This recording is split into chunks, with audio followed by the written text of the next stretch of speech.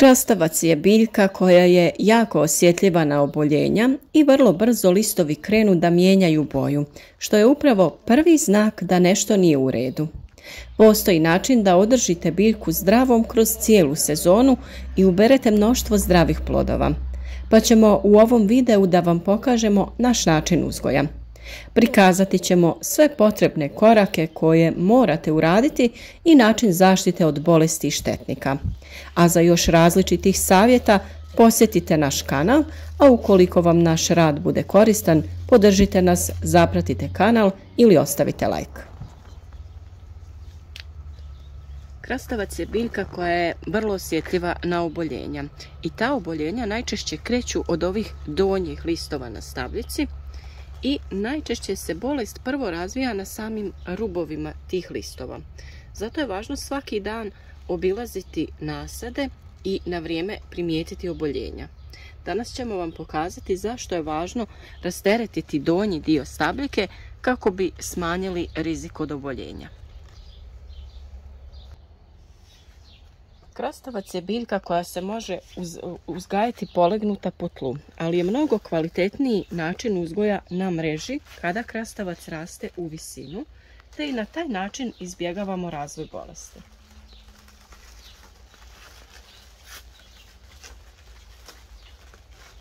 Kroz mrežu ga jednostavno provlačite kako bi on bio stabilan, te se on također pričvršćuje sa svojim ovim vriježama. I tako će biti stabilan i izdržati teret plodova. Ova biljka će narasti jako visoko, te i ako preraste visinu mreže, može se spuštati nazad sa druge strane i produžiti vrijeme uzgoja.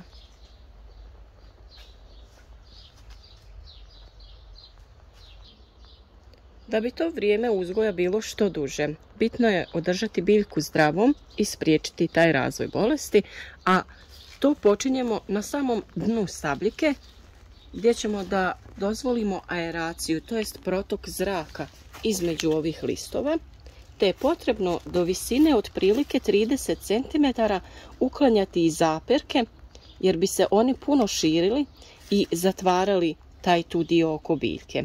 I biljka ne bi imala dovoljno zraka, ne bi se na vrijeme sušila i došlo bi do razvoja što oboljenja, što štetnika.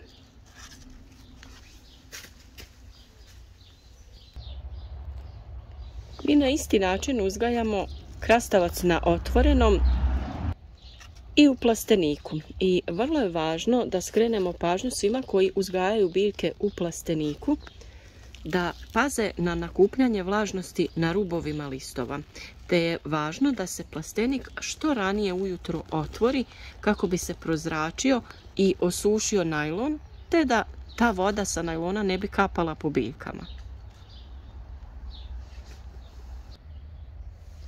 Na krastavcu se također ovi donji listovi mogu ukloniti kako bi dobili tu prozračnost. Nećemo pretjerivati, uklonit ćemo samo nekoliko ovih donjih listova, što također možete učiniti ako primijetite bilo kakvu pojavu bolesti, te ukloniti bolesne listove i iznijeti ih van iz vašeg vrta.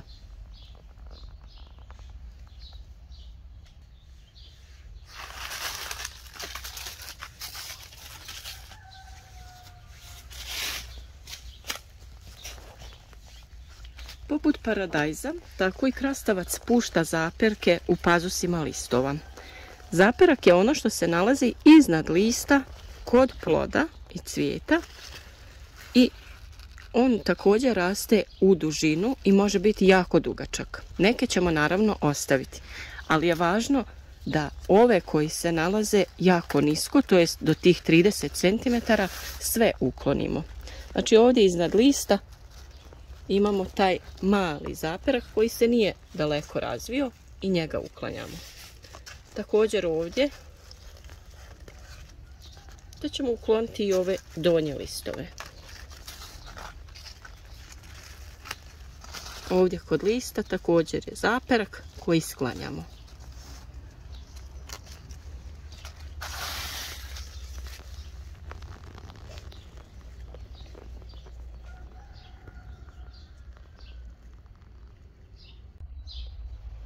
Kada sadimo ili sijemo krastavac, važno je napraviti određeni razmak. Pošto su biljke rastu tako da se puno šire, važno je ostaviti što veći razmak između biljaka, najmanje 60 cm do 1 metra, jer ćemo ostavljati određeni broj zaperaka koji će popuniti ovaj prostor na mreži.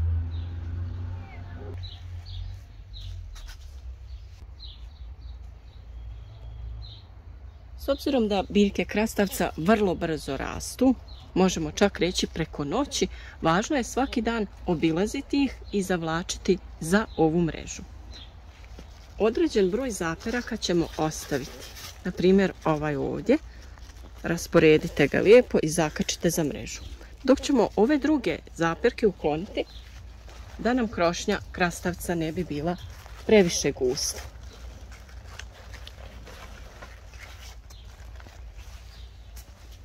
Pored ove glavne ostavljamo nekoliko ovih sa strane da popunimo mrežu.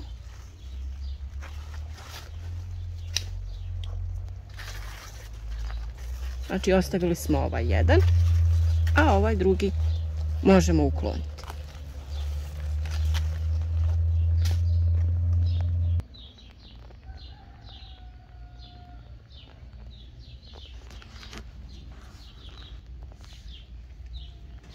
Najčešća bolest koja napada krastavac jeste plamenjača. Nju uzrokuje gljivica i vrlo je važno reagovati preventivno. Najčešće se razvija u uslovima visoke vlažnosti, nakon kiše ili ukoliko se pravilno ne prozračuje plastenik. Takve listove je potrebno ukloniti i iznijeti iz plastenika. Preventivno zaštitu vršimo prskanjem sa rastvorom sode bikarbone, 1 kašika na 10 litara vode. Također možete koristiti rastvor sode bikarbone i mlijeka. Kada stavite 1 kašiku sode bikarbone na 10 litara vode i u to dodate 1 litru mlijeka. Kada se radi o tim prirodnim sredstvima, prevencija je najbitnija, pa je potrebno redovno, barem svakih 10 dana, da tretirate vaše biljke.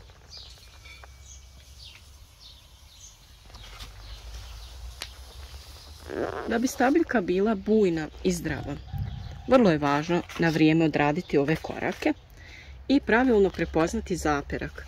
Jer ovdje vidite kako glavna grana ide ravno, a ovdje vam se nalaze zaperci u pazuhu lista.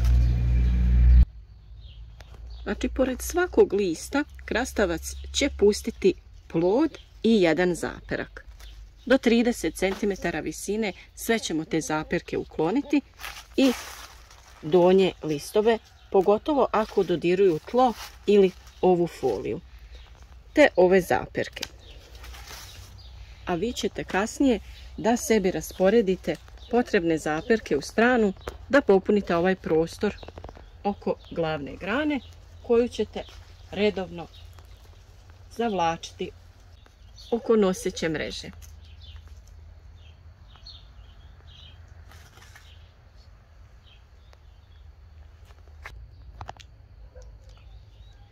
Ukoliko se na vašim biljkama krastavca ispod listova pojave neki insekti, a najčešće su to lisne uši, vrlo je važno također početi sa preventivnom zaštitom, a to možete uraditi sa rastvorom od koprive.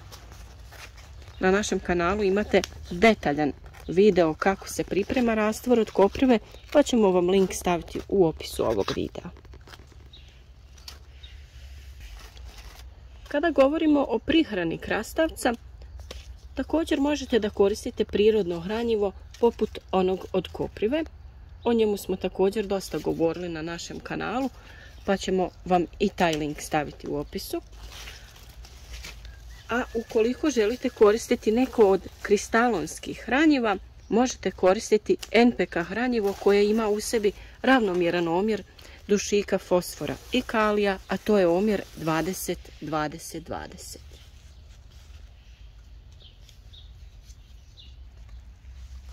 Jako je važno sve ove biljne ostatke koje smo odrezali sa biljaka pokupiti i iznijeti iz plastenika ili vašeg vrta kako bi spriječili razvoj oboljenja.